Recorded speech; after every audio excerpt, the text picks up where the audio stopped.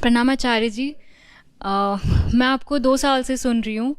तो लाइक जब मैंने आपको सुनना चालू किया तो 1 साल तक तो मैंने जब आपके बुक्स अगर पढ़े तब समझ में आया कि हमारी जो लाइफ में जो भी चीज़ें हम करते हैं बहुत कंडीशनिंग वगैरह होती है। हर चीज़ जो भी एक्शंस लेते हैं बहुत सेल्फ डाउट्स आते हैं।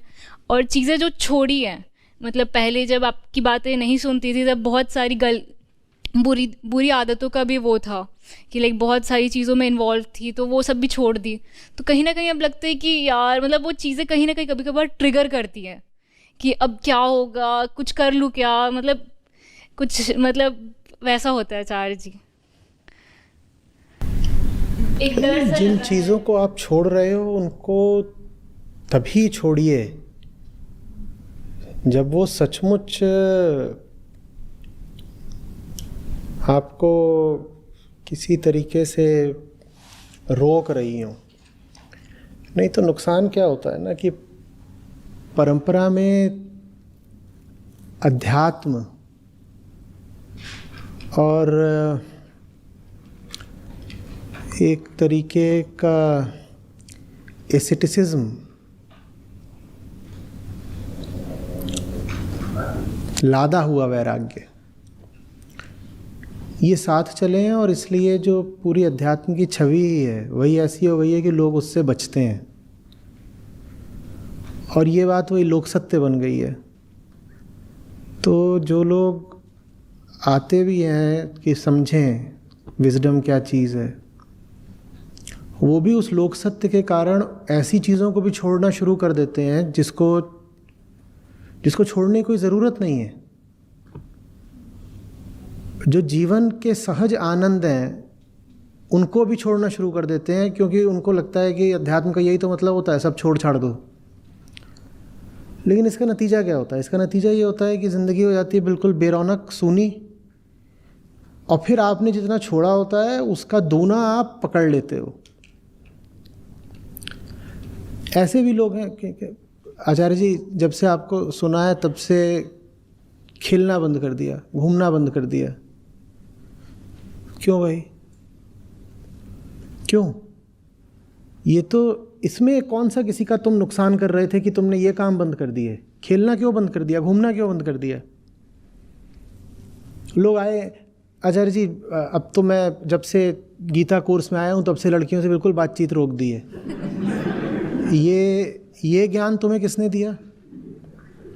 बोले नहीं, मैं पहले ना बिल्कुल ऐसा ही था कि वुमनाइज़र हुआ जा रहा था। तो भाई वो ठीक है कि तुम सबको इसी नज़र से देख रहे थे कि पकड़ लूँ खा लूँ, वो चीज़ छोड़ दो। पर तुम कहो कि मैंने अब लड़कियों से बातचीत करनी बंद कर दी है, तो उसका परिणाम यही निकलेगा कि तुम गीता ही छोड़ोगे फिर। क्योंकि कितने दिन तक तुम दुनिया की आधी आबादी से बिना बात किए चल सकते हो? तुम जहाँ जाओगे वही दिखेंगी, और उनको तुम इतना तो नहीं अवॉइड कर पाओगे। तो ले दे कर कि या तो अपनी नज़रें पाखंडी बनोगे, नहीं तो गीता को ही छोड़ दोगे। देखिए, जिस रास्ते पर पता है कि व्यर्थ की चीज़ें छोड़नी होती हैं, इस बात को आज के लगभग आखिरी सूत्र की तरह पकड़ लीजिए।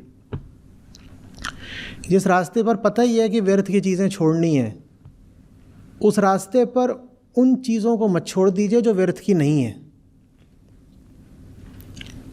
एक तो वैसे ही आदमी रोता है कि इस रास्ते पर टैक्स बहुत पड़ता है, बहुत सारी चीज़ें छूटती हैं। आप वो सब भी छोड़ना शुरू कर दें जो छोड़ने की कोई ज़रूरत नहीं है, तो आप फिर एकदम ही टूट जाएंगे। हाँ, कि क्यों भाई, क्यों चले आ रहे हो? ये जनवरी में ऋषिकेश में कैंप हो रहा है और कुर्ता ही पजामा पहन के आ गए। हाँ, अब तो बस पीताम्बर धारण कर लिया है, कोट वगैरह नहीं पहनता मैं। ये क्या कर रहे हो? क्यों कर रहे हो? अभी बीमार पड़ोगे, और बीमार पड़ के सारा दोष किस पर डालोगे? अध्यात्म पर। कोट तो तुम्हें दोबारा पहनना ही पड़ेगा, छूटेगा क्या? अध्यात्म छूट जाएगा। तो व्यर्थ में चीज़ें छोड़ा छाड़ी का कार्यक्रम मत चला दीजिएगा। हाँ, हम कहते हैं डेयरी छोड़ो क्योंकि उसमें नुकसान है हर तरीके का, आपका, प्रकृति, पर्यावरण, पृथ्वी, सबका नुकसान है, इसलिए हम कहते हैं। पर आप कहें मैंने रोटी पराठा भी छोड़ दिया, काहे को छोड़ा? किसने कहा था छोड़ने को? जो जीवन के सहज सुख हैं उनको काहे को छोड़े दे रहे हो? लेकिन अध्यात्म का मतलब यही बन गया है कि अपने आप को कठोर से कठोर दंड देना है। क्यों देना है? क्या पहले तो मैं बहुत ऐसा ही होता था, फ्रिवलस। अब मैं बहुत गंभीर हो गया हूँ। अष्टावक्र है ना साथ में, तो अब क्या करते हो? कह रहे हो अब तो कोई चुटकुला सुनाए तो थप्पड़ मार देता हूँ उसको। किसने कह दिया कि अष्टावक्र के साथ हो तो हंस नहीं सकते, चुटकुले नहीं सुना सकते? आचार्य जी, जब से आपके साथ आया हूँ 3 साल हो गए, कोई मूवी नहीं देखी। मैं खुद तैयार बैठा हूँ, अभी तुम्हारा खत्म हो जा रहा हूँ, ओपेनहाइमर और बारबी दोनों देखूंगा। तुमसे किसने कह दिया कि तुम्हें पिक्चरें नहीं देखनी है भाई? पिक्चर नहीं देखनी है, खेलना नहीं है, घूमने नहीं जाना है, लड़की से या लड़के से बात नहीं करनी है, कपड़े नहीं खरीदने या पहनने हैं। ये सब शर्तें कृष्ण ने कब रख दी हैं? ये कब रख दी हैं? और जो शर्त उन्होंने सही में रखी है उसका हम पालन नहीं करेंगे। जो बात उन्होंने कही ही नहीं उसमें लगे पड़े हैं। कहे आ जाना, ठीक है। वहाँ एक उसमें हुआ था, ऋषिकेश में ही तो था, एक जन ने आके शिकायत करी, वहाँ हमने समोसे दिए, बोले इसमें प्याज और लहसुन है। तो बोले नहीं आप तो गीता वाले हैं ना। हाँ तो बोल रहे इसमें वो अदरक लहसुन प्याज क्यों डला है? गीता में कहाँ लिखा है प्याज नहीं खानी है? खुद भी परेशान हो रहे, हमें ही परेशान कर रहे। हमने कब कहा कि प्याज लहसुन नहीं खानी होती भाई? बोले नहीं, वो गुरुजी ने बताया था कि एक बहुत पुराना कुत्ता था, उसने जहाँ पेशाब करी थी उससे प्याज पैदा हुई थी। कहाँ? बोल रहे है एक पुरानी किताब, उसमें ऐसा लिखा है, इसीलिए गुरुजी लोग बोलते हैं प्याज नहीं खानी चाहिए। गुरुजी ने बोला होगा, कृष्ण ने कहाँ बोल दिया, अष्टावक्र ने ये बोला है। तो जो चीज़ नहीं भी छोड़नी चाहिए तुम वो भी छोड़ के बैठे हो, और वो तुम बहुत दिन तक छोड़ तो पाओगे नहीं। क्यों ज़बरदस्ती छोड़ रहे हो? बल्कि जिसने बहुत कुछ छोड़ रखा हो उसके लिए ज़रूरी है कि वो चीज़ें एकदम ना छोड़े जिन्हें छोड़ने की कोई ज़रूरत नहीं है। अगर रुके हुए हो, कल यहाँ गोवा में हो, किसने बोल दिया कि नहीं जा सकते बीच पे, समुद्र में नहीं घुस सकते, और अगर वहाँ कुछ वाटर स्कूटर कुछ मिल रहा हो, गुब्बारा, उस पर नहीं चढ़ सकते? क्या बड़ी शर्म आई। एक तरफ तो अभी हम संत कबीर को गा रहे थे, फिर वहाँ गुब्बारे पे बैठ गए। क्या इसमें शर्माने की क्या बात है भाई? किसने कह दिया कि अगर भजन गाते हो तो समुद्र के ऊपर गुब्बारे में नहीं बैठ सकते? जाओ बैठो, कौन रोक रहा है? मौज करो। इसमें क्या समस्या हो गई? मैं देख रहा था अपने कमरे की खिड़की से, चिड़िया एक, वो छुपी रहे, और जैसे ही बारिश शुरू होती है वो बाहर निकल आती है और बारिश में लगती है फुदकने। यही काम वहाँ सामने बतखें हैं 5, उनका है। जैसे ही बारिश होती है वो ट्रेन बना देती हैं, और वैसे वो अपने उसमें रहती हैं, लेकिन बारिश होती है उनकी ट्रेन चल पड़ती है, और वैसे ट्रेन बना के जाती हैं, फिर पूरा घूम के आती हैं। ये जीवन के सहज आनंद हैं, इनसे क्यों अपने आप को वंचित कर रहे हो? बारिश हो रही है तो भीगो, नाचो, कौन रोक रहा है इसमें? क्या समस्या हो गई? पक्षी भी इतने मूर्ख नहीं होते कि बिना बात का त्याग करें। क्यों?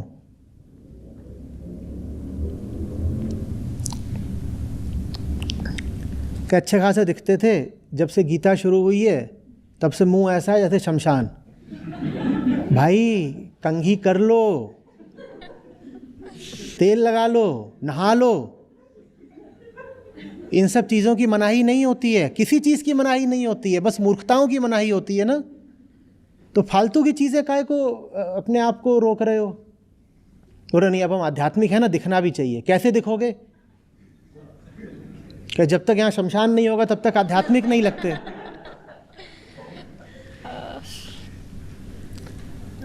हंसिए भी, खेलिए भी, नाचिए भी, मिलिए जुलिए, बस वो मत करिए जो जिंदगी का नर्क है। क्या? दुनिया से उम्मीदें मत बैठा लीजिएगा। नाचो बारिश में इतना नाचना है, बस ये मत सोच लेना कि बारिश में नाचने से परम सुख मिल जाना है।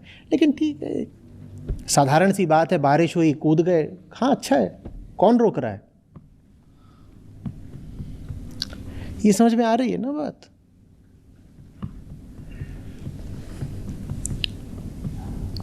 एक तो वैसे ही दूध नहीं खाना, उसके साथ में और 100 चीज़ें कह दो कि ये भी नहीं है। और अब हम आध्यात्मिक हो गए, हम शाम के 6 बजे के बाद कुछ नहीं खाते, मर जाओगे अब तुम, कुछ नहीं होगा।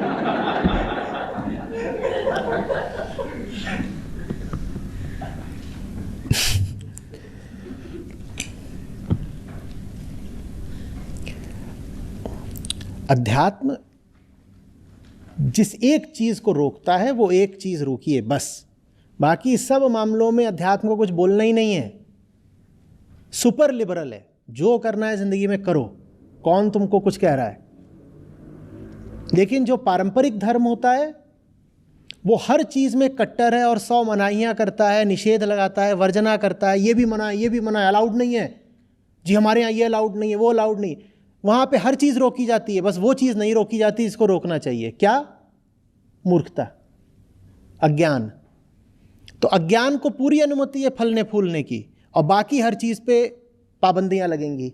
क्या पहनना, इस पे पाबंदी लगेगी, किससे बात करनी, इस पे पाबंदी लगेगी, किस दिन क्या खाना, इस पे पाबंदी लगेगी, सुबह कितने बजे सोना है, जगना है, मिलना है, जुलना है, किस दिन, हर चीज पे पाबंदी लगा देंगे। बस वो जो एक काम जो अध्यात्म के मूल में होता है उसकी नहीं बात करेंगे। वास्तविक अध्यात्म में किसी चीज की कोई पाबंदी नहीं है। तुम्हारी जिंदगी जो करना है करो, बस होश में करो, मूर्खता में नहीं, जगे रहो। आ रही बात समझ में? हाँ।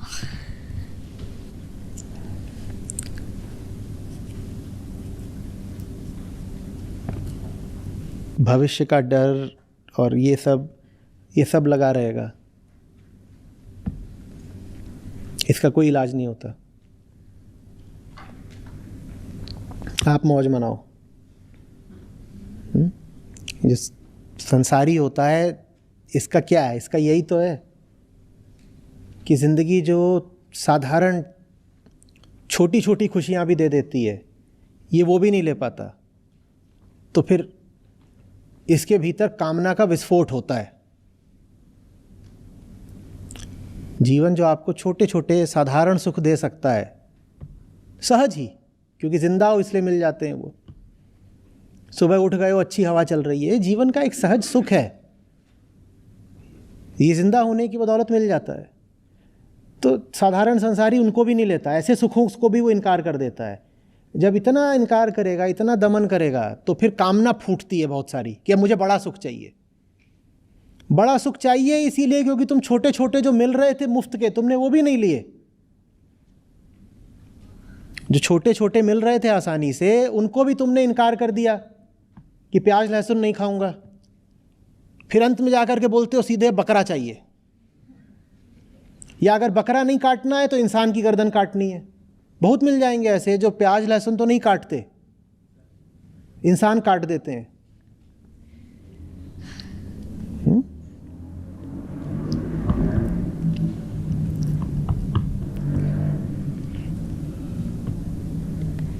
एक साधारण सी स्कूटी लेके गोवा घूमना ठीक है, ये करना ठीक नहीं है। बताओ क्यों?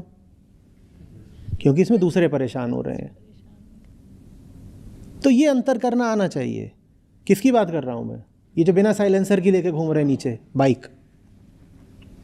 लेकिन आप यहाँ आए हो, आपने एक स्कूटी किराए पे ले ली, उसको लेके आप इधर उधर जा रहे हो, तो आपने कोई उसमें गुनाह नहीं कर दिया। घूमो फिरो, मौज करो।